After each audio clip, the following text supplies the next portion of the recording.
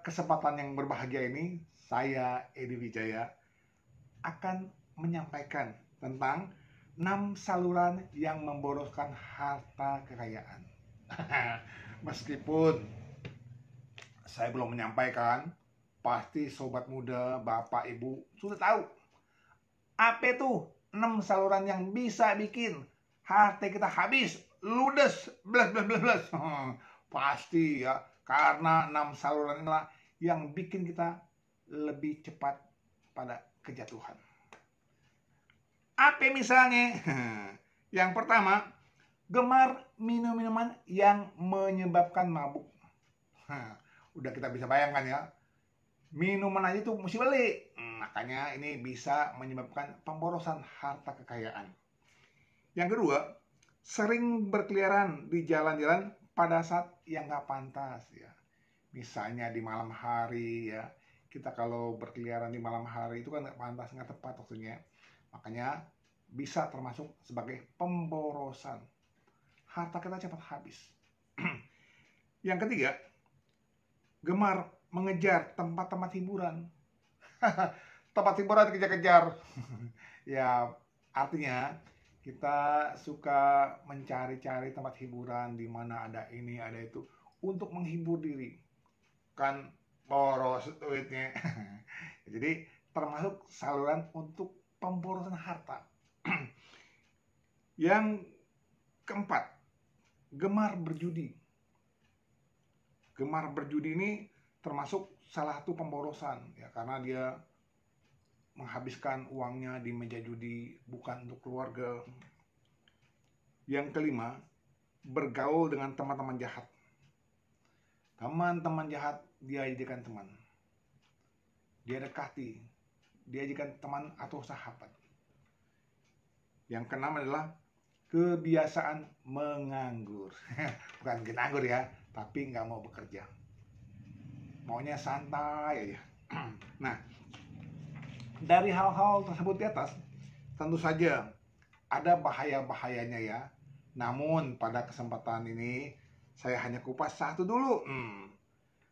6 bahaya akibat gemar minum-minuman yang memabukkan.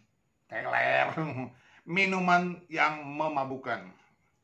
Yang pertama, so pasti kerugian harta secara nyata. Loh kenapa?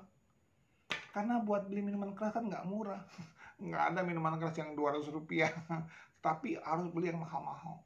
Inilah, akhirnya harta akan keluar secara ya sia-sia.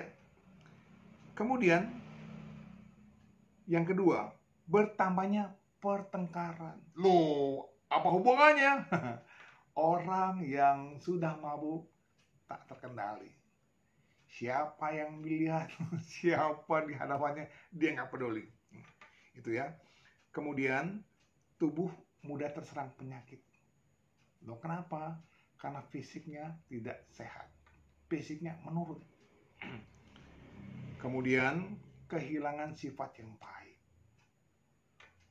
Orang mabuk kan nggak milih-milih tempat. Mau tidur, mau muntah. Kenapa mabuk?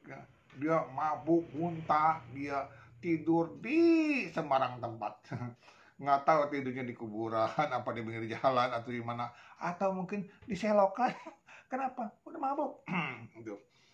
Lalu terlihat nggak sopan.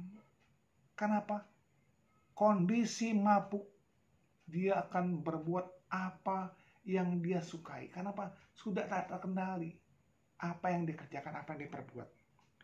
So pasti kecerdasan menjadi lemah. Oleh karena itu, sobat muda, bapak ibu yang berbahagia, hendaknya kita menghindari. Jangan memulai. Romo, kalau kita untuk persahabatan di antara teman-teman kita saja, ya bermula dari sekedar minum. Akhirnya kita jadi kebiasaan untuk ketagihan minuman tersebut.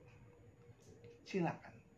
Semua perbuatan pasti ada resikonya.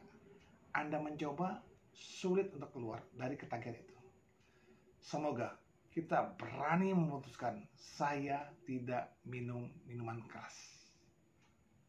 Kan buat menghangatkan badan. Ini di suasana dingin, di pegunungan. Ya, tanda petik seolah-olah menghangatkan. Namun demikian, akhirnya suhu badan kita tidak seperti yang kita harapkan. Semoga uraian singkat ini bisa bermanfaat buat kita semua. Salam sehat selalu.